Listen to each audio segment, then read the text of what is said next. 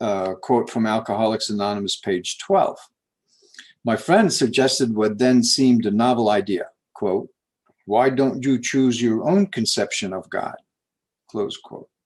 That statement hit me hard. It melted the icy intellectual mountain in whose shadow I had lived and shivered for many years. I stood in the sunlight at last. It was only a matter of being willing to believe in a power greater than myself. Nothing more was required of me to make my beginning. I remember the times I looked up into the sky and reflected on who started it all and how.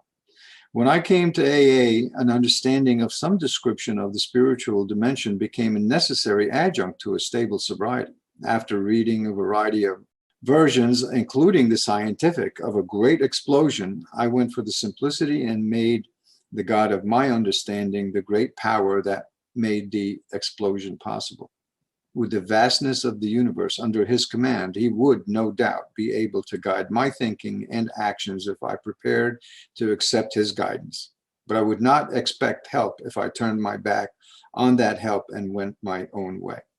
I became willing to believe, and I have had 26 years of stable and satisfying sobriety. Thank you for reading that, Ilir, and congratulations on your 36 years. That's pretty exciting.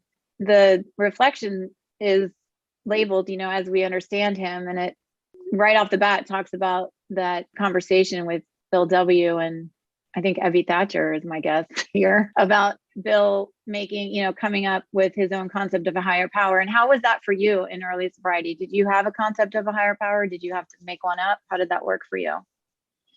Well, I think I've always had a concept of a higher power. The problem was that it was everybody else's concept, not mine. And, I say that the problem was that that's not really a problem, because it works for a lot of people. It just didn't work for me. And the reason that it didn't work for me probably has something to do with my faith, the religion that I was born into. I was born and raised in my childhood, at least as a Muslim.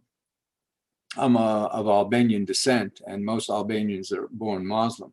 And then we moved to this country when I was about 11 years old. And by the time that I was 13, I was, making friends, and I was integrating into the neighborhood and what have you. And I went to this Christian camp, and I was converted into Christianity.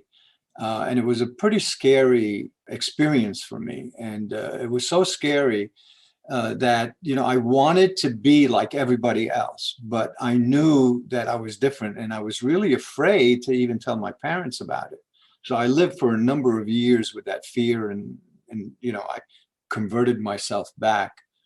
But I always had the understanding and belief in God, that there was a God. It was just that I didn't have, according to society that I lived in, the proper understanding. And everywhere that I turned, it was all about, you have to understand God as we understand him, and believe in God the way that we believe in God. Otherwise, basically, you're going to be fried somewhere down the road. And that didn't mesh. That didn't work for me. So when I came into AA, particularly the first time, when I saw the word God, I had already made up my mind. I had already been had a belief system, that any organization that I would walk into and they talk about God, they were a Christian organization, and that organization is going to take me into the back room, make me kneel, and have me accept a certain belief. And when I saw the word God in AA, I just kind of walked away, and it wasn't for me. It wasn't out of anger or anything. It was like, well, gee, this is a good thing, but it's for them, not for me. It was as if I needed a different understanding. And when I came back to AA, because I think I stayed sober for a couple of months, I didn't buy into the idea. I couldn't understand the idea. The first thing that I got, I was recommended reading in AA was a 24-hour day book. And I looked at that and I saw, well, okay, there was AA for the day, and then there was a spiritual reading for the day, and it was always God. And that kind of put me off. But I came back to AA 3 years practically to the day. Matter of fact, it was March 15th. Yesterday would have been an anniversary of when I walked back into the rooms of Alcoholics Anonymous 3 days after I, put down the drink. And I began to see things a little bit differently. And I began to see them differently, not because now I was smarter. It was because now I had no choices. It was either to live under the lash of alcoholism, to live until and drink until I died, because that's what I believed, or try to open my mind, like the person who wrote, in this part, becoming willing. For me, I love that phrase in the big book that says that alcohol beat us into a state of reasonableness, because that's how it was for me. I was beaten into seeing the light, and that's how it just had to happen. And when I had this one experience with the sponsor that I was using at the time, I remember him. He was sober 4 years, and he looked like he had, he looked like together. It kind of reminded me of what Bill might have seen in Ebby Thatcher when Ebby Thatcher was standing on the other side of the door, and Bill opened the door, and he saw the fresh-skinned person. And that's what I was seeing with people. They were fresh-skinned and clear-eyed people, who were living a life that they enjoyed without having to drink. And I remember having a conversation with him, and we were actually in a meeting. It was a large church, a lot of rooms in the basement, and we went off to the side in another room, and we were talking. I was telling him about all the trouble that I was in.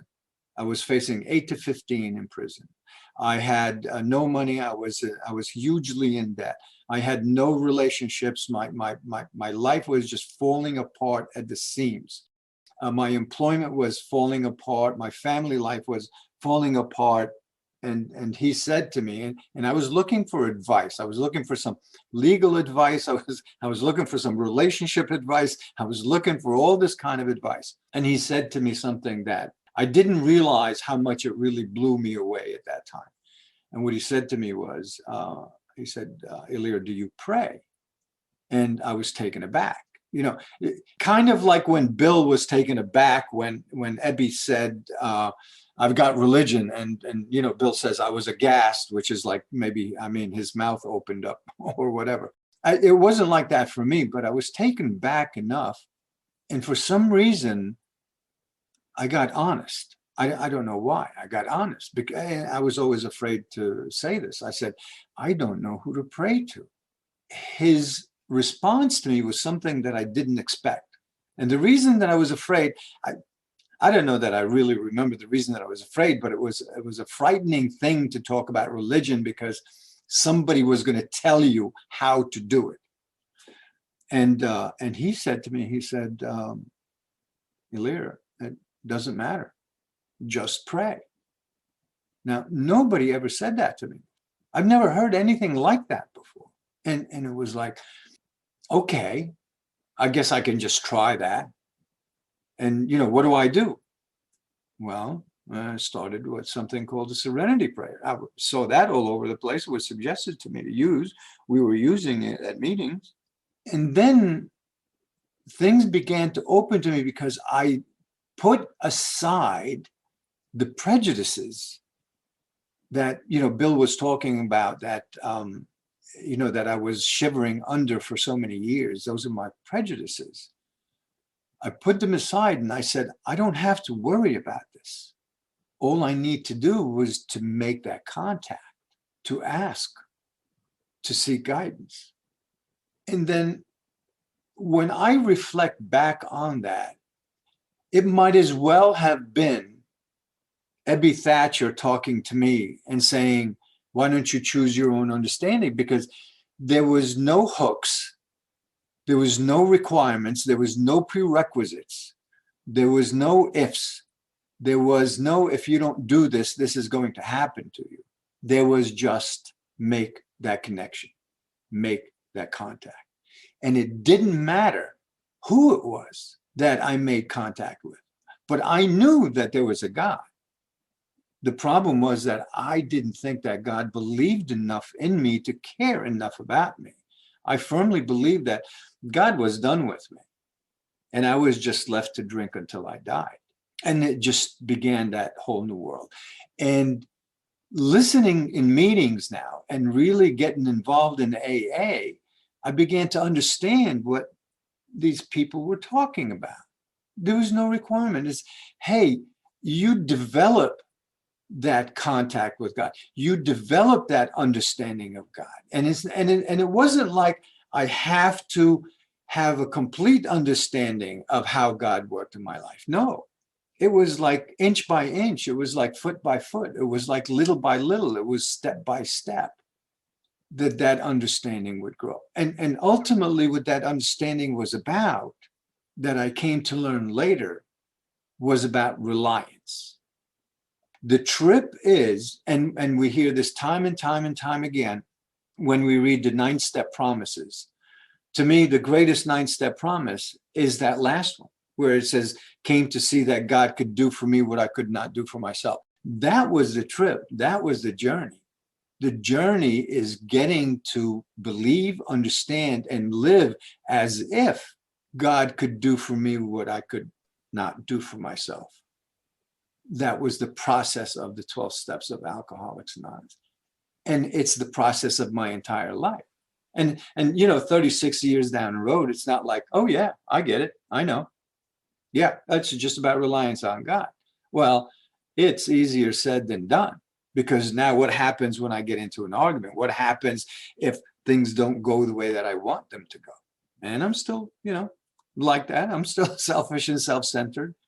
Or when bad things happen to me, maybe they're financial things, maybe they're health things, whatever they are. Who is it that I'm really relying on? Am I relying on my own brain? Am I relying on God as I understand him? Or am I relying on another person? Or am I relying on an institution? Well, I can rely on all of them as long as I rely on trusting the fact that God has good things in store for me, regardless of what the situation is. So God, as I understand him, was like the key for me for recovery, because I could not in any way, shape, or form buy into any organization or religion that told me how to believe in God. And I closely identify with what it says in chapter 4 of the big book, and We Agnostics. I closely identify with the person, with the writer, with Bill, when he says that connection with God, that God as you understand him, it's simply about a simple, not complex discussion with God, conversation with God, prayer with God, just contemplation of God. And it doesn't require any articles of faith. And I just love the way that Bill wrote that in there. It does not require articles of faith. All it requires is a connection. And Bill talks about this in his story.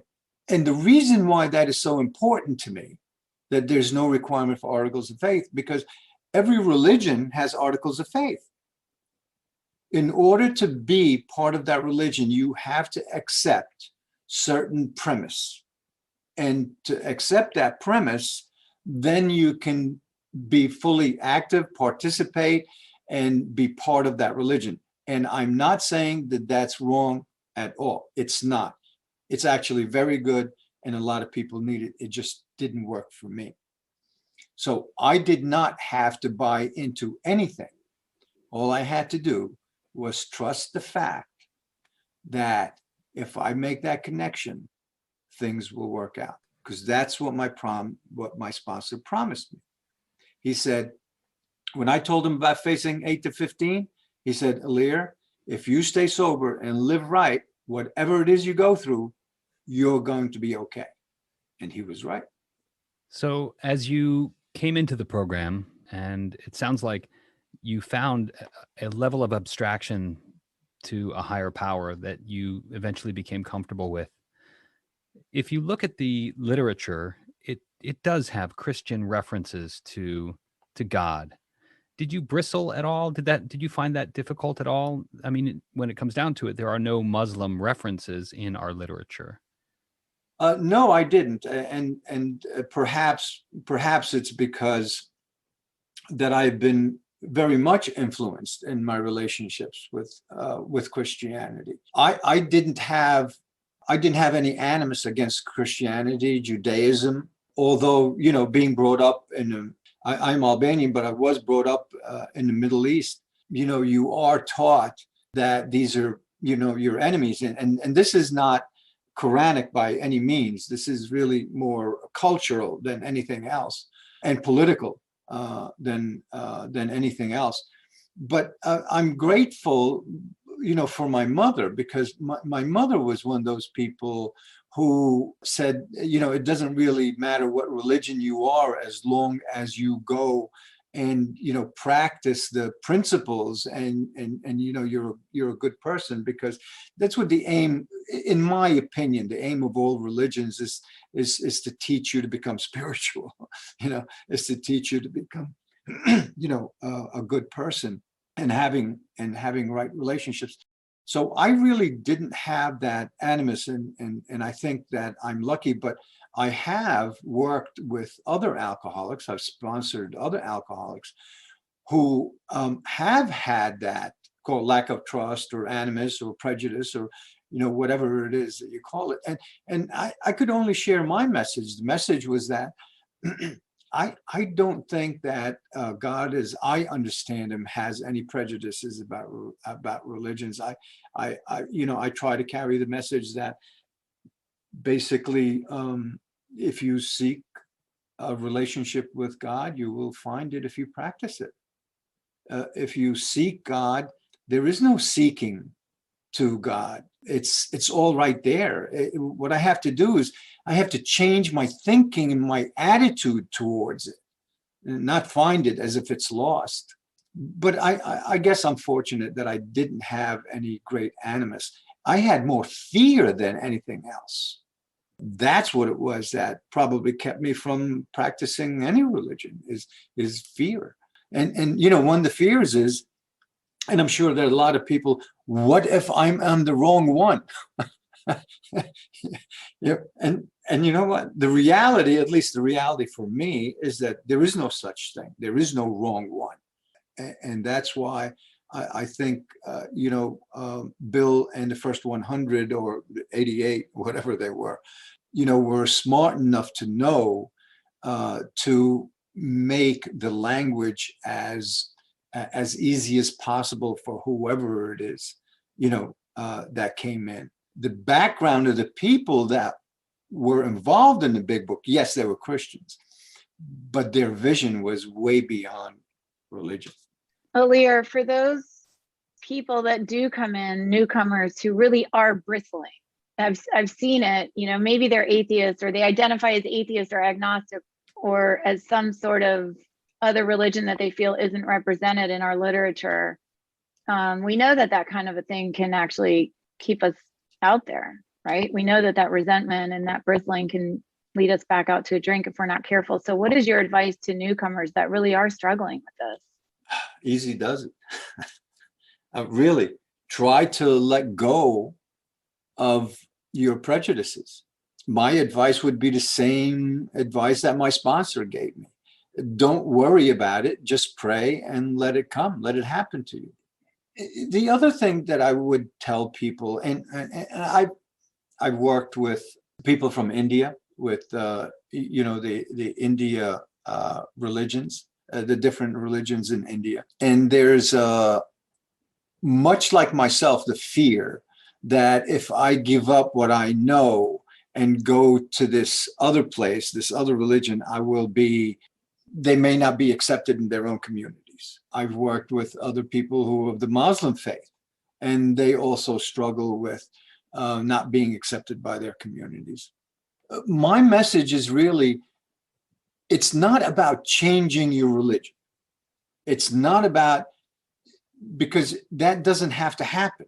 You can have your own religion. And if it's somebody who's truly an agnostic, and I don't believe that there are really many people who are really, really like that, because many of us are raised with some kind of belief in God. What happens is that we kind of lose sight of the relationship with God. Or the atheist, I say, you know what?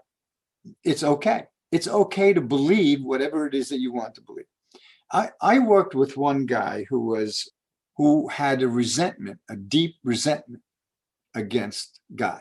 And his religion didn't matter, but had a deep resentment against God because of something that had happened, because of a death that occurred in his family very early on in his life. When I worked with him, I said, take out a pen and paper and write down what you want God to be like. And he did that. And funny thing was that he had this huge resentment. He didn't want to believe that God existed. And he came up with this great conception of God that I thought was absolutely amazing. I have not worked with, very many like atheists or pure atheists, but I kind of like what Bill says is that, even atheists believe in something, even if it's nothing. So we have that to work with. And of course, I have to go very early on in my sobriety where we talked about God, good orderly direction. If you have problems with the concept of God, keep it simple.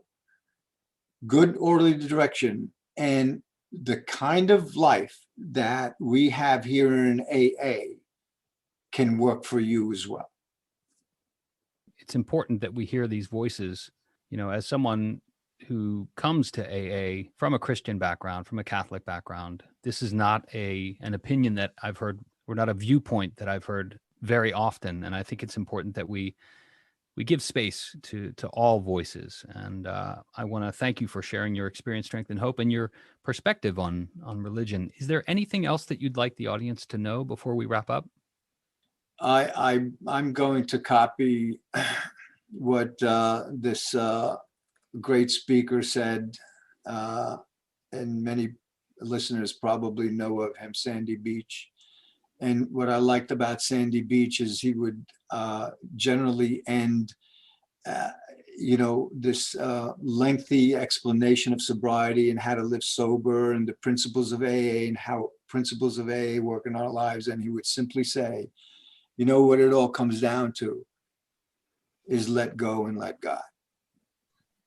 Love it. Great conversation, great discussion. And I love that we're able to provide the space here on the podcast to have these kind of conversations. They need to happen more often. So Ilir, thank you. It's so lovely to see you in person. You're not really in person, but on Zoom. I haven't seen you in a few years, and it's good to see you. Thank you so much for coming and participating today. We appreciate it.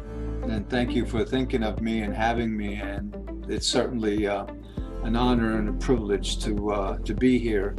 And I wish all the listeners out there to have a wonderful day and not to make any other plans. Thanks so much to Ilir, and thanks to you, the listeners. If you want to find us online, you can follow us on Facebook. That's facebook.com/groups/Daily Reflection Podcast. You can find us on Twitter @Daily Reflector. You can read about recovery on our blog. We've got some new bloggers there, new authors writing about recovery at blog.dailyreflectionpodcast.com. Thanks, everyone. Have a great day.